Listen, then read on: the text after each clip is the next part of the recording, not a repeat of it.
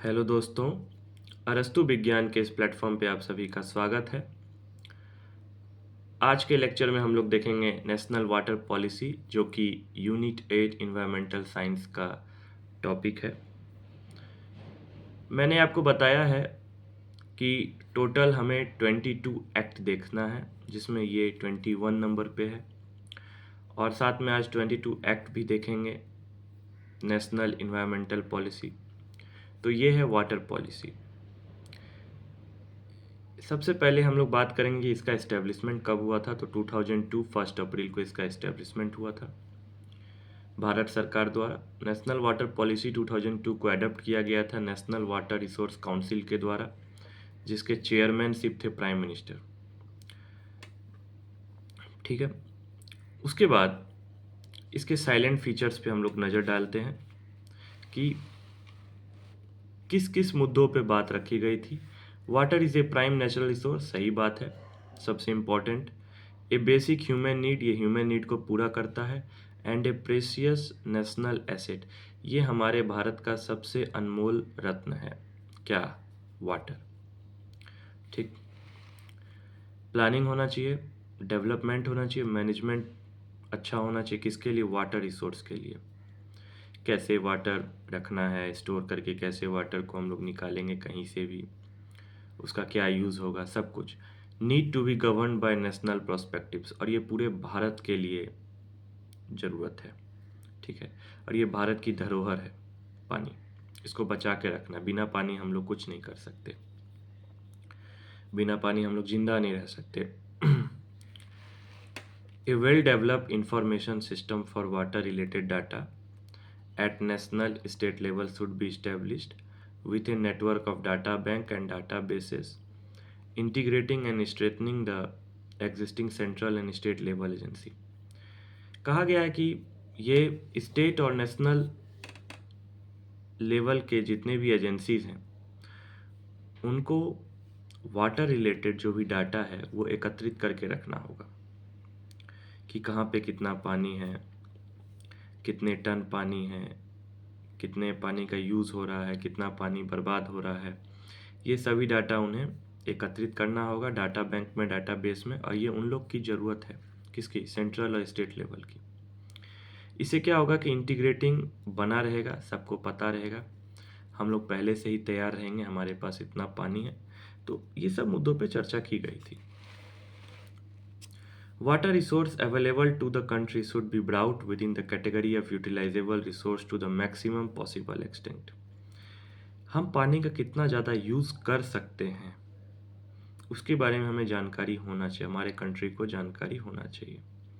ठीक है, हमारे कंट्री के पास कितना पानी है। ठीक है, अब non conventional method for utilisation of water, और भी वाटर का यूटिलाइजेशन करने के लिए एक मेथड है, इसको नॉन कन्वेंशनल मेथड कहते हैं, नॉन कन्वेंशनल मेथड। जैसे कि इंटर बेसिन ट्रांसफ़र, बेसिन के द्वारा ट्रांसफ़र करना, artificial recharge of ground water, desalination of brackish or sea water, as well as traditional water conservation practice like rainwater harvesting, rooftop rainwater harvesting need to be practiced to further increase the utilizable resource, water resource. दो तीन तरीके होते हैं जिसमें हम लोग water resource को बचा के रख सकते हैं। एक नॉन कन्वेंशनल मेथड होता है, एक ट्रेडिशनल मेथड होते हैं। ट्रेडिशनल मेथड जैसे रेन वाटर हार्वेस्टिंग, मैं इस लेक्चर को लूँगा यूनिट 10 में, बहुत इंपॉर्टेंट लेक्चर है। रूफ टॉप कैसे, जैसे बारिश की पानी को हम लोग बचा के रखते हैं, ठीक है, आने वाले समय में यूज़ करने के लिए। और जैसे नॉन कन्वेंशनल मेथड, जैसे आर्टिफिशियल रिचार्ज कर दो, ग्राउंड वाटर को पानी बहा दो, या ब्रैकिस और सी वाटर को डीसैलिनेशन, उसमें से नमक को हटाओ। ठीक है, इस तरीके से पानी को हम लोग साफ़ सुथरा कर सकते हैं। ठीक है, तो यहाँ से हम लोग स्टार्ट किए हैं साइलेंट फीचर्स। अब आगे देखते हैं किन मुद्दों पे बात होती है। आइए, water resource development and management will have to be planned for a hydrological unit appropriate river basin organization should be established for the plan, development and management of the river basin. मान लीजिए यदि आप river basin का establish कर रहे हैं या hydrological unit का इस्टेब्लिश कर रहे हैं, तो वाटर रिसोर्स के लिए आपको सबसे पहले वहाँ का डेवलपमेंट अच्छा होना चाहिए, मैनेजमेंट अच्छा होना चाहिए, एक अच्छा ऑर्गेनाइजेशन होना चाहिए। हाँ, किसी भी स्टार्टअप से पहले वहाँ का मैनेजमेंट आपको अच्छे से देख रेख करना होगा, वहाँ का डेवलपमेंट अच्छा होना चाहिए, वो भी प्लान्ड वे में। Water should be made available to water short areas by transfer from other areas, including transfer from one river to basin to another after taking into account the requirement of the area basin. देखिए, water को हम available करवा सकते हैं, ठीक है। यदि एक जगह पानी ज़्यादा है, एक जगह कम है, तो आप उसको ट्रांसफ़र करवाइए। ज़रूरत जिसको है उसको आप पानी दीजिए। रिक्वायरमेंट के आधार पर ट्रांसफ़र होना चाहिए, चाहे वो बेसिन से एरिया की तरफ, बेसिन से बेसिन की तरफ या एरिया से बेसिन की तरफ, ठीक है। In the allocation of water, first priority should be given for drinking water. पानी का जो पहला प्रायोरिटी क्या होना चाहिए? जीने के लिए, ड्रिंकिंग वाटर। उसके बाद खेती के लिए इरिगेशन, फिर इलेक्ट्रिसिटी जनरेट करने के लिए, उसके बाद इकोलॉजी इन्वायरमेंट में, फिर एग्रो इंडस्ट्री जहाँ पे खेती होती है या एग्रीकल्चर का काम होता है, या non agriculture industry, navigation and other uses in that order. तो सबसे पहला प्रायोरिटी क्या होना चाहिए पानी का? आप पीने के लिए दीजिए, फिर खेती के लिए, फिर एनर्जी के लिए, फिर और भांति भांति के प्रोसेस में आप पानी का यूज़ करवा सकते हैं। Both surface water and ground water should B regularly monitored for quality.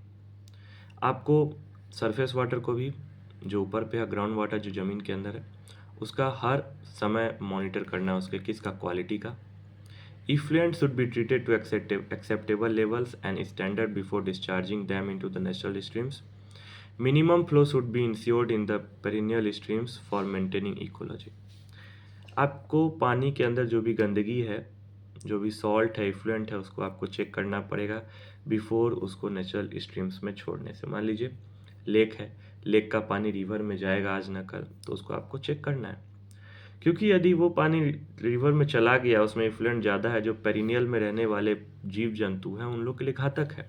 जो समुद्र में रहने वाले जीव जंतु उन लोग के लिए पानी खराब है, गलत है।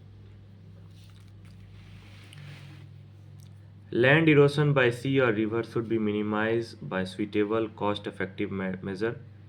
Indiscriminate occupation and economic activity in coastal area and flood plain zone should be regulated.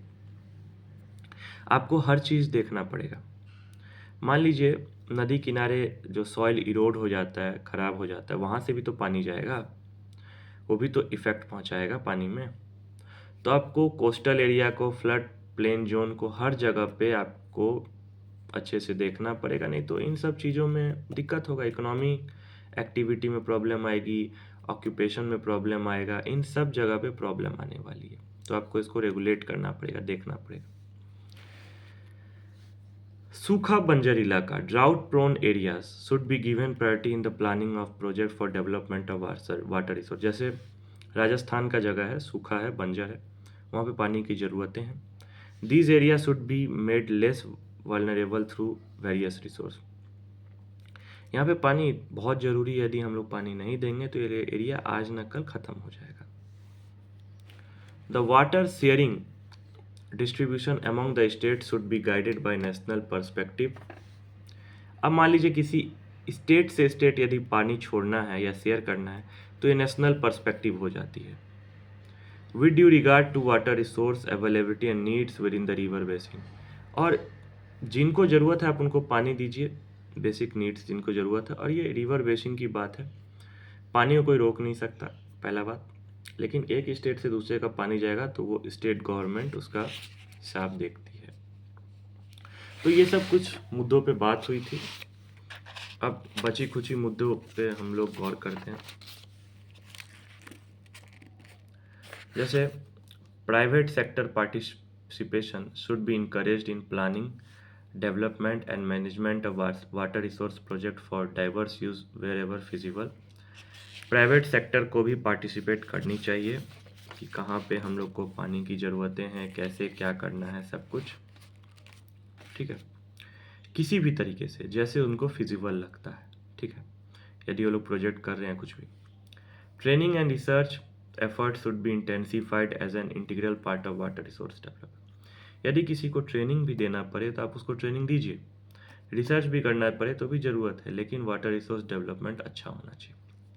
तो ये कुछ मुद्दों पे बात हुई थी जो नेशनल वाटर पॉलिसी से रिलेटेड था। अब आगे हम लोग जानते हैं नेशनल इन्वायरमेंटल पॉलिसी, और इसके साथ ही आपका 22 एक्ट जो है वो कंप्लीट हो जाएगा। उसके बाद हम लोग कुछ कॉन्फ्रेंस पे बात करेंगे नेक्स्ट लेक्चर। तो ये लास्ट एक्ट है नेशनल इन्वायरमेंटल पॉलिसी, इसका इस्टेब्लिश 2006 में हुआ था। जैसे वहाँ पे वाटर को बचाने की बात की गई थी, यहाँ पे इन्वायरमेंट को बचाने की बात कही गई है। और सबसे इम्पॉर्टेंट बात मैं दोहरा दूं कि जितने भी 21 एक्ट अभी तक हम लोग देखें, यदि वो हमारा सही रहेगा तो ये ऑटोमेटिक सही रहेगा। इसका स्ट्रेटजी जो है वो ministry of environment and forest ने स्टार्ट किया था, जो कि इंडिया का गवर्न बॉडी है, design to integrate environmental consideration into all sector of development. सभी सेक्टर में डेवलपमेंट होना चाहिए, तभी इन्वायरमेंटल पॉलिसी सही काम करेगा, और ये 2006 में इस्टेब्लिश हुआ था। अब ऑब्जेक्टिव्स क्या क्या है भाई नेशनल इन्वायरमेंटल पॉलिसीज का? To protect and conserve critical ecological system and resource. आपको इकोलॉजिकल सिस्टम को बचा के रखना, उसके रिसोर्स को बचा के रखना। To ensure equitable access to environmental resource and quality for all section of society and in particular to ensure that poor community which are most dependent on environmental resource for their livelihood are assured secure access to this resource. आप ensure करिए, आप ये बताइए कि environmental से जो resource हम लोग को मिल रहा है वो सबको बराबर में मिले। पहला बात, इक्विटेबल एक्सेस होना चाहिए, उसका क्वालिटी अच्छा होना चाहिए क्योंकि सोसाइटी उसका यूज़ करेगा। जो पुअर कम्युनिटी है, जो गरीब लोग हैं, वो भी पूरी डिपेंडेंट है इन्वायरमेंट पे अपने जीवन व्यापन करने के लिए, तो आपको एश्योर्ड पहुंचाना पड़ेगा कि उनको भरपूर मात्रा में रिसोर्स मिले, जैसे कि जलावन के लिए लकड़ियाँ, लिखने के लिए पेपर, ठीक है, और भी फल फूल, ये सब, तो हर चीज़ों का ज़रूरत होता है इन्वायरमेंट से। To ensure judicious use of environmental resource to meet the needs and aspirant of the present and future generation. कानूनी रूप से आपको ये हम लोग को विश्वास दिलाना होगा जुडिशियस रूप से कि हम लोग को पूरा नीड हो सके इन्वायरमेंट से, जो भी प्रेजेंट जनरेशन है या आने वाले जनरेशन को, मतलब हम लोग को इन्वायरमेंट को बचा के रखना है।